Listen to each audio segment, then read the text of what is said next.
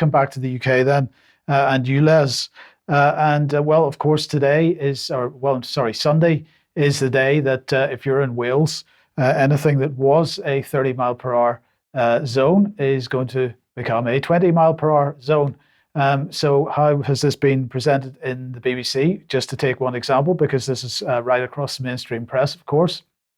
20 miles per hour, Wales speed limit, sat-nav warning ahead of change. So you can't rely on your sat-nav to tell you where the 20 mile an hour zones are. But of course, the reason that this is being done, according to the BBC, is because of stopping distances and because there's so many people dying on the roads. We've got to reduce the speed limit in order to reduce casualties on the roads.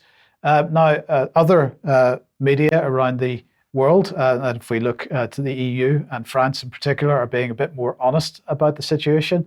Here's Euronews saying Paris puts its speed limit to 30 kilometers an hour, which is roughly 20 miles per hour, in a bid to protect the climate.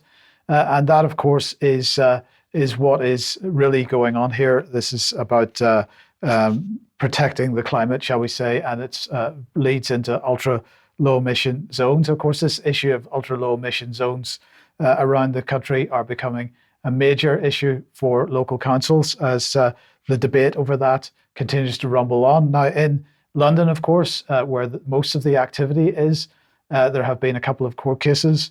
Well, this crowdfunder had been raising money for a court case to stop the ULEZ expansion in in London.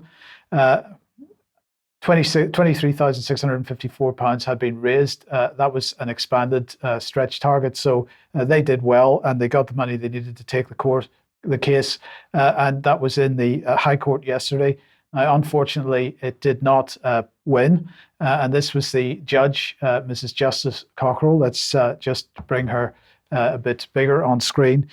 She decided that really there was no prospect of her actually being able to impose a reversal of the policy in London, so she threw the case out. She said that, the case, I'll just mention, the case was brought by Chris White and Ed Gregory, who were responsible for that crowdfunder. And they were arguing in court that Sadiq Khan lacked the legal powers to impose charges on drivers.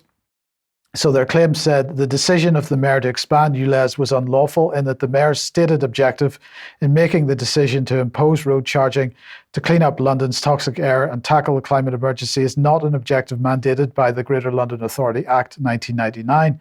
So Judge Cockerill said that the costs involved in making this reversal would be enormous, and that the injunction sought would be impossible to grant. She said the claim is one that has absorbed a good deal of time and cost. More court resources have been used than should have been used through multiple applications. I can see no real basis why this needs any further consideration. The correct answer in this case is to say that the application is dismissed. Now, she initially refused to allow that to go to appeal, but in fact, they are continuing to see what options they have on this. Now, in the meantime, today, during Mayor's questions, Sadiq Khan was asked about, first of all, would the price go up in the future? And he said this: it's not inconceivable that in the future, at some date, the congestion charge could go up or down, ULEZ could go up and down, or the low emission zone could go up or down as it did in the past. But he was also asked about per mile charging. And he said a pay per mile scheme is off the table, not on his radar. That's what he was saying today. But unfortunately, only a few months ago, he was saying this. He said that the ultimate destination is a smart road user charging scheme in London. We've been looking around the world about what sort of schemes they have. And he said, what we want is a scheme that can treat each driver differently in relation to the time you're driving, the distance you're driving, and if there are good alternatives with public transport and how polluting your vehicle is. So, okay, maybe to the letter, he was telling the truth in the sense that he's not looking at a per mile charging scheme as such, but it certainly per mile is part of what he's looking at in any case. But I thought I would end this segment on ULEZ with this report from Car Dealer. London used car dealers urged to send non-ULEZ compliant part exchanges to Ukraine. I don't even know where to start with this. So let's just look at the text. London car dealers are being urged to consider sending non-ultra low emission zone compliant cars, used cars, to Ukraine to help the war effort. Charity Car for Ukraine is urging dealers to think about donating diesel 4x4s or pickup trucks for use on the front line rather than refuse taking them in part exchange altogether. So, of course, people have found that since ULEZ has been expanded, that the value of their cars has plummeted. And what these people are now saying is we should send them to Ukraine so that Ukraine can become the dumping ground of the world. Because, of course, once they're on the front line, they're not going to last too long. Vanessa, I'm going to start with you. What are your thoughts on this? Well, I mean, when you told me this earlier, I think it was disbelief. I mean, so what? Ukraine now becomes landfill for the UK's scrap cars?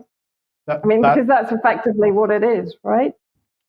That is exactly what it seems to be. And now I understand that that particular charity Car for Ukraine has already shipped £2.5 million worth of cars over to Ukraine, so we're covering the country with depleted uranium and heavy weaponry being blown up and so on. The cleanup costs after this are going to be horrendous, and it's just really a disgrace. So let's leave that with people to think about.